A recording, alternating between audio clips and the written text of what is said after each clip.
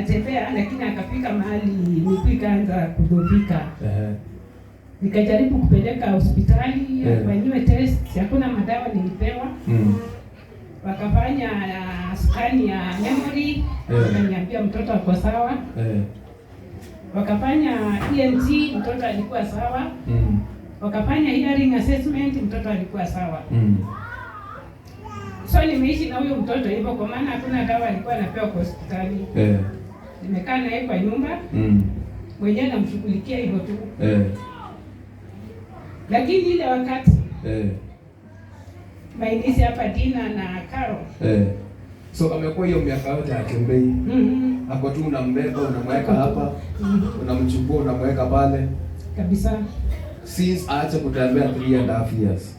Amekuwa tu hivyo. Sasa ako na miaka ngapi? Sasa yako 15. 15 years. Ukaelezewa na Diana na Karo. Akaniambia kuja kutembea huko kwa pastor wetu. Nikamwambia nafasi ndio sina kwa sababu unaishi Kawangware. Kwa sababu hata kule kanisani niko na majukumu huko ambayo sistahili hata kushika nyumbani. Lakini nilitaka siku nikakuja na mtoto. Pastor aliomba hapa. Mtoto alikuwa anashindwa kutembea. Kukula huyo mtoto tunalisha. Kila kitu anafanyiwa. Hata choo. Anajiendea mahali iko, hata tunafunga pampers. Lakini baada ya kutoka hapa pastor nilienda na furaha sana. Sasa hii January vile ulikuja, tukaomba ukaondoka, tukaenda. Mtoto nilipata tukiweka chakula kwa meza, ni kama ameona kitu cha chakula iko tayari, anataka kukula, mwenyewe anataka kule. Tukimwekea kwa sahani mpaka saa hii mwenyewe anachukua akiweka kwa mdomo. Na haikuwa hivyo? Haikuwa hivyo. Saa hii anatembea kidogo. Hata tumetoka huko juu akitembea. Ndio ako na shida ya kutembea, lakini at least anakanyaga sasa mwenyewe. Anakanyaga chini. Sauti haiko inatoka kwa huyu mtoto. Sasa kuna siku dadake alimtoa nje aende kumtembeza.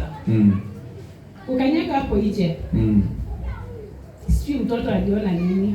Hiyo siku alilia kwa sauti. Hata majirani wakatoka nje. Wakashindwa nini mbaya na huyu mtoto, alilia kwa sauti kubwa sana. Wakamrudisha kwa nyumba. Tena siku nyingine amekuwa kwa nyumba. Akaamka, akaangalia ni kama ako scared, anaangalia vitu strange akishtuka. Akaanza kulia akishtuka, ni kama anaona vitu zingine zile hazifai. Tukakaa naye akarudi akatulia. Huyu mtoto amekuwa akinyongwa. Kuanzia hiyo 3.5 years. Kitu inashika hapa. Inanyonga yeye. Anashindwa hata kupumua. Lakini sasa ile anarudisha fahamu, hajielewi kabisa. Anakuwa tu hapo. Mate ndio inamwagika kutoka kwa mdomo. Kila kitu anafanyia, nguvu inaisha, hata saa zingine ukimpatia chakula hakuli. Lakini tangu nitoke hapa Januari, maana mabadiliko kubwa sana. Mungu ametenda. Mtoto ndio huyu anaweza tembea, kunyongwa hajanyongwa tangu. Simpige Yesu wakafika. Kwa hiyo akanyongwa tena. Hajanyongwa tena. Kukula tunajaribu kumpatia chakula, ndio anajaribu kukula mwenyewe, kujiwekea kwa mdomo. Kushika kikombe ndio anajua kushika vizuri. Sasa ni kama ana train tena. Ni kama ana train tena. Tumerudisha kufanya hizo testi tulifanya. Tujue kama kulikuwa na kitu kingine labda ilifanyika after kufanya zile. Tumerudi kufanya ENT. Tukaambiwa masikio iko clear. Tukarudi kufanya hearing assessment. Tukaambiwa waves zinaingia kawaida. Tukafanya brain scan. Tukaambiwa mtoto ako sawa, kuna hata tumor kwa brain. Amen. Nimerudi kufanya MRI. Kufanya full body screening.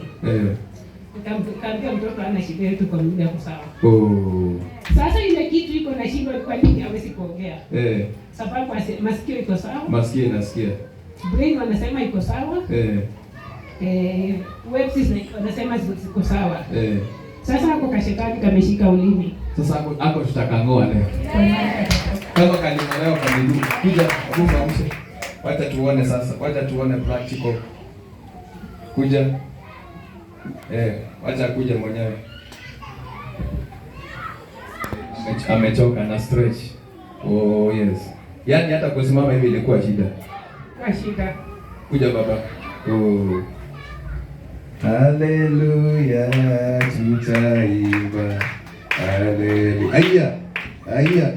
Si unaona anatembea? Yes. Pigia Yesu makofi mazuri jamani. Wapi gele. Hiyo amepona huyu. Sasa ile imebaki hiyo ya juu Yesu ataenda akisafisha hiyo anga.